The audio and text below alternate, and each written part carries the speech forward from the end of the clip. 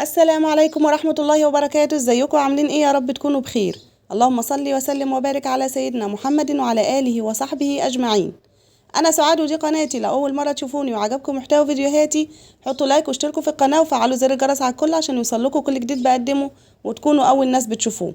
طبعا مش محتاجة أقول لكم إن انتوا وحشتوني كتير كتير كتير كتير، ولأن انتوا خلاص اتعودتوا مني على كده لأني بغيب كتير، بس يعني سامحوني. وإن شاء الله بإذن الله الفترة اللي جاية دي أحاول أبقى متواجدة معاكم على طول، دعواتكم بقى بإذن الله.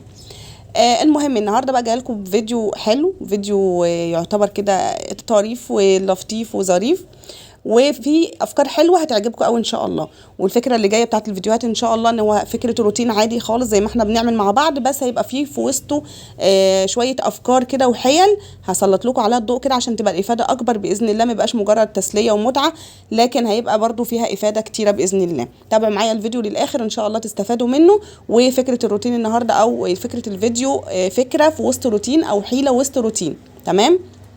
فكل حيله انا هعملها او فكره هسلط لكم عليها الضوء كده واقول لكم هي دي الفكره، تمام؟ لو عايزين نحدد لكم الوقت بتاع الفكره او الحيله في التعليقات او في اول تعليق مثبت قولوا لي وانا هعمل كده. تمام. نبدا معانا الفيديو. بدات بالفطار زي ما انتم شايفين كده، وعندنا هنا فكره غدا وحلو وفكره كمان فطار. تمام. الفطار زي ما انتم شفتوا كده كان فول وبطاطس وحاجات كده من بواقي التلاجة، والتتبيله بقى بتاعت البطاطس المحمره زي ما انتم شفتوا هي دي الفكره او اول حاجه هنعملها في الفيديو بتاع النهارده، وحاجه تحفه تحفه تحفه واحسن من التتبيله. فاكرين لما جبت التتبيله بتاعت البطاطس من بره ما عجبتنيش خالص، التتبيله دي برقبتها حرفيا تحفه، هتجربيها وهتعتمديها على طول ان شاء الله. هحط ايه في التتبيله دي؟ عندي ملح بالكميات اللي انت عايزاها طبعا، بس نقلل الملح ونكتر التوابل. عندي هنا انا حطيت معلقتين صغيرين من الملح، معلقه من الثوم البودر، معلقه من البصل البودر، معلقه من البابريكا، نص معلقه من ربع معلقه من الفلفل الاسود، معلقه من الكمون، معلقتين من الكزبره الناشفه. تمام. بس هي دي التتبيله بتاعتي. انا كنت عامله تتبيله قبليها، طبعا انتوا عارفين ان البابريكا لونها بيغير بعد كده مع الملح والحاجات دي بتاخد لون اكتر، فهتبقى كلها نفس اللون. فانا خلطت الاثنين على بعض، والتتبيله دي بحطها في علبه للتوابل ليها اخرام كده بترش عشان تبقى سهله عليا في الاستعمال. تمام. التتبيله دي مش هتستغني عنها تاني ابدا في تتبيله البطاطس بقى المحمره، تحفه تحفه تحفه. يعني عايزه تحطي منها طبعا على صلصه على اي حاجه، حلوه جدا جدا جدا ومفيده قوي ان شاء الله. بس الفكره التانية للحلو بتاعنا او سواء عشاء او فطار بينفع للاتنين الحقيقه. البليله، انا مش عارفه في ناس بتسميها ايه تاني، بس انا معرفها بالبليله او القمح المسلوق. تمام. انا ده كنت سلقاه معاكم قبل كده في الفريزر وحطاه في اكياس. تمام. طلعت كيس من الفريزر وسبته يفك وحطيته في الحله زي ما انتم شايفين. هسيبه يغلي على النار، وهجيب عندي معلقتين من النشا، وكان عندي لبن في التلاجة. تمام. الحقيقه انا هستعمل اللبن ده كله، يعني هو يا دوبك اصلا، بس انا مش عارفه ايه اللي خلاني عملت كده. حطيت في الكوبايه الاول، وبعد كده عايزه ادوب النشا في الكوبايه. بس انا هعمله معامله الرز بلبن بالظبط. البليله زي ما هي كده بتبقى عايزه جو شتاء وجو برد، تمام، عشان يدفينا. لكن احنا في الصيف هنعمل بيها ايه البليله؟ هنسيبها كنا في الفريزر للشتاء الجايه؟ لا طبعا. فطلعتها هعملها معامله الرز بلبن بالظبط. حطيت معلقتين من النشا على كوبايتين من اللبن على معلقتين من الكريم شانتيه كان عندي في التلاجة. تمام. هدوب كل ده مع بعضه. هيكون عندي البليله عندي غليت زي ما انتم شايفين كده، هقلبها تقليبه، وبعد كده هنزل عليها باللبن اللي عليه النشا وعليه كريم شانتيه. تمام. طبعا اول ما تحطي النشا لازم تقلبي على طول عشان ما تكلكعش منك، وهنسيبها تغلي. هنحط السكر الكميه طبعا حسب ذوقنا وحسب ما احنا بنحب السكر قليل ولا كتير، وهحط معاه كيس من الفانيليا عشان يديله ريحه حلوه. تمام. في ناس بقى بتعمله بالمستكه، ريحه المستكه، في ناس بالقرفه، كل ده انت الروايح والتقطعم دي بيبقى براحتك على الاخر. تمام. هتغلي غلوه، هتبص تلاقيها تقلت زي ما انت شايفه كده، وهتبقى زيها زي رز بلبن بس طعمها تحفه تحفه تحفه. جربيها مش هتندمي. بس اول ما تبدا تغلي والنشا عندي يستوي كويس، هجيب الاطباق بتاعتي وهغرف على طول وهي سخنه عشان لما بتجمد ما بيبقاش الطف حاجه يعني. فبسيبها تجمد في الاطباق بتاعتي زي ما هي. لو سبتها بره التلاجة هيبقى حلو قوي، لو حطيتها في التلاجة هتبقى زي الفل. تمام. هغرف بقى الاطباق بتاعتي، شايفين السمك بتاعها عامل ازاي، كانت ريحتها قلب الدنيا، كانت حلوه جدا جدا. طبعا عملتها معاكم قبل كده عملتها زي طبقات كده بالكنافه، كانت برضو تحفه جدا جدا. فالحاجات دي احنا بنحاول بقدر الامكان نجدد ونغير باقل التكاليف. يعني القمح او قمح البليله ده يعتبر يعني سعره بالنسبه للرز والحوارات دي يعني يعتبر اقل بكتير. فبنحاول نعمل حاجه حلوه نبسط اولادنا بيها ونبسط بيتنا بيها، ويبقى بيتنا مليان حاجات حلوه ودايما انت عارفين بقى الاجازه بقى والصيف بيبقى عايز حاجات كده ساقعه، وحاجه في نفس الوقت موجوده في التلاجة الولاد رايحين جايين عليها، صح ولا لا؟ فعشان كده بنحاول نعمل الحاجات الحلوه يعني يوم فاكهه، يوم حاجه حلوه زي دي، يوم نعمل ايس كريم. الحاجات الحلوه دي بتبقى مفيده وبتغنيك ان الاولاد كمان كل شويه ماما عايزين حاجه حلوه، يا ماما عايزين حاجه حلوه. فالحاجات دي تحفه تحفه تحفه. لو عملت الشيبسي كمان وحطيت عليه من التتبيله اللي انا عملتها في اول فيديو دي هتنفعك جدا جدا جدا، وهيقولوا لك مش هنشتري شيبسي من بره تاني. تمام. ده كان شكل البليله باللبن، زينتها زي ما انتوا شفتوا كده، هحطها في التلاجة. تمام. هنا بقى كنت نزلت جبت اشياء كده كنت محتاجاها عشان الغدا. الحقيقه انا كان اليوم ده كان عندي نقص في حاجات كتيره، بس قلت ان انا مش هينفع اجيب كل حاجه انا عايزاها دلوقتي، فجبت الحاجات المهمه. انا جبت الزيت عشان ما كانش عندي زيت، ازازه الزيت دي ب60. جبت علبه الماجي دي كان تقريبا مش عارفه ب26 او ب27. طبعا عارفين ان احنا كلنا بنجيب الماجي دلوقتي عشان مش هنكدب على بعض، ما بقناش بنجيب فراخ زي الاول من ساعه ما الفراخ غليت والدنيا مش قوي، يعني بنجيبها مره في الاسبوع مرتين في الاسبوع بالكتير قوي، وبنبقى عايزين نشويها نخليها زي بتاعه بره، فما بنبقاش عندنا شوربه كتير. فالماجي حلت المشكله الحقيقه يعني. والله المستعان. بس جبت مكرونه سباكيتي عشان هنعمل مكرونه سباكيتي النهارده، وجبت المقرمشات دي للبنات عشان يتسلوا فيها طول ما انا واقفه في المطبخ. وكان عندي الشعريه، جبت شعريه، وكيس تتبيله الكفته ده عشان هنعمل النهارده كفته الحاتي بطريقه حلوه جدا جدا. وكيس الخميره ده انا جبته قال لي في خميره سايبه، فقلت اما اجربها، بس لسه ما جربتهاش الحقيقه، هجربها معاكم ان شاء الله. في الخميره السايبه دول ب5 جنيه. تمام. يعني قلت يمكن لو اوفر عن الكيس، لان الكيس بجيبه ب3 جنيه ما فيهوش غير 10 جرام، فلو هو يعني كميته احلى خلاص يبقى انا اعتمدها. تمام. هحط الحاجات بتاعتي بقى في المناسبات، مع ان انا عندي الضرفه بتاعه الخزين دي على بعضها مش قادره اوصف لكم عامله ازاي. فدعواتكم كده ان شاء الله، وهنروق الدنيا كده مع بعض، وشدوا حيلكم بقى عشان تنظيفات العيد جايه. اي نعم لسه ما ارتحناش من تنظيفات العيد الصغير، بس امر لابد منه. طبعا هيبقى اسهل بكتير عشان احنا منظفين قبل كده تنظيفات عميقه، فتنظيفات العيد هتبقى حاجات كده خفافه كده ان شاء الله. المهم الفكره الثالثه، ماشي، الفكره ركزوا معايا. الفكره الثالثه فكره ازاي تفكي تاخدي اللحمه المفرومه في الفريزر من غير ما تسيحيها. زي ما انتم شايفين كده انا عاملاها مبططاها في كيس جامد جدا، وتانياها نصين، ماشي، وحطها في الفريزر على كده. مجرد ما بتطلعيها وتكسريها نصين بتاخدي الحته اللي انت عايزاها. يعني انتوا شايفين كده انا قسمتها على 4 ارباع، اخد بقى الحبه اللي انا عايزاها واحط الباقي مكانه في الفريزر من غير ما افكه، من غير ما اقلل من قيمته الغذائيه. دي تالت فكره معايا. تمام. رابع فكرة بقى معايا فكرة الصلصة اللي المكرونة من غير تسبيك، من غير تحمير بصل، من غير قلية توم، حاجة كده تحفة تحفة، ونفس النتيجة بالظبط ما فيهاش أي نقص ولا تغيير. تمام. تابعيني كده بقى، حطي لي لايك لو وصلت لحد هنا، وقولي لي انا وصلت للصلصه وصلت لفكره الصلصه. ماشي. يا ريت تدعمونا باللايك يا جماعه عشان الفيديو ما يقعش، والفيديو يعني يشوفوا اكتر ناس ويستفادوا بيه اكتر استفاده. تمام. عندي هنا الطماطم دي كانت اخر طماطم عندي في التلاجة، يعني ما استخدمتهاش، فحسيت ان هي خلاص كده هي يعني صلاحيتها هتنتهي، فقلت استفاد بيها، حرام الدنيا غاليه. فهعملها في الخلاط، هحط عليها قرنين فلفل حمر كده زي ما انتم شايفين رومي، عشان يديها غناوه كده في اللون وفي الطعم طبعا وفي الافاده، لان الفلفل الرومي الاحمر فيه قيمه غذائيه كتير جدا، فيه حديد، فيه فيتامينات، فيه كل حاجه. تمام.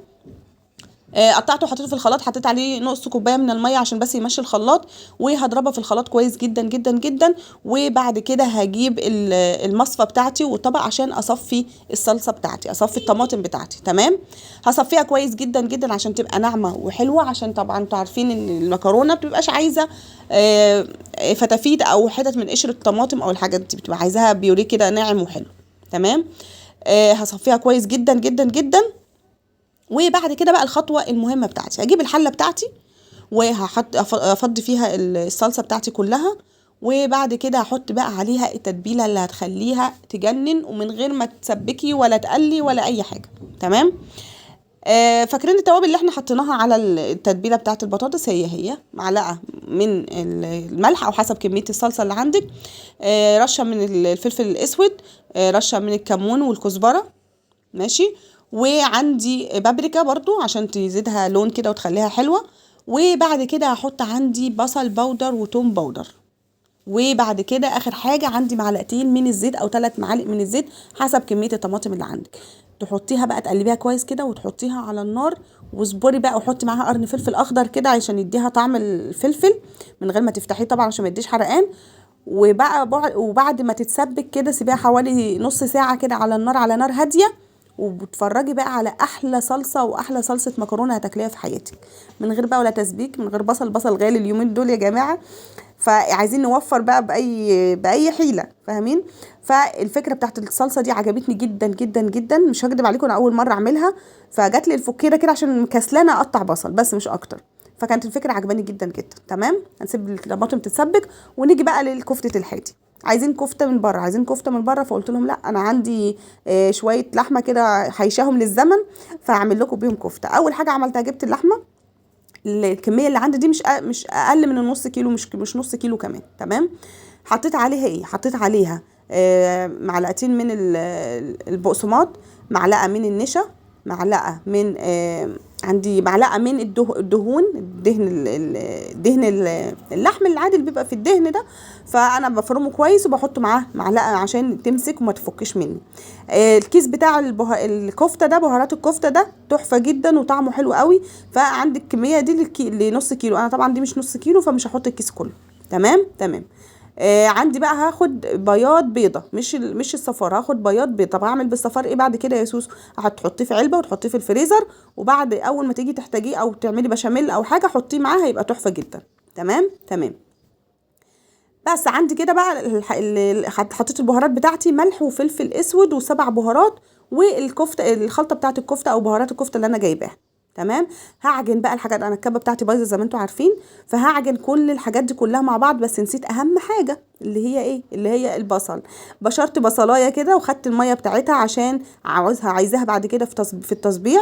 فعصرت البصلايه، حطيت عليها رشه من الملح وعصرتها كويس من الميه وحطيتها عليها. هعجن بقى كل الحاجات دي كلها عجنه محترمه بايدي لحد ما احس ان هي فتلت معايا، فتلت او بيسموها اسمها ايه، اتسمغت معايا كده، بقت عامله زي السمغ. فهو ده الحلو في الكفته وما يخليهاش تفك منك. تمام، معلقه من البقدونس المفروم وربع معلقه من رشه من البيكنج باودر عشان يخليها هشه كده وحلوه ومش مكتومه.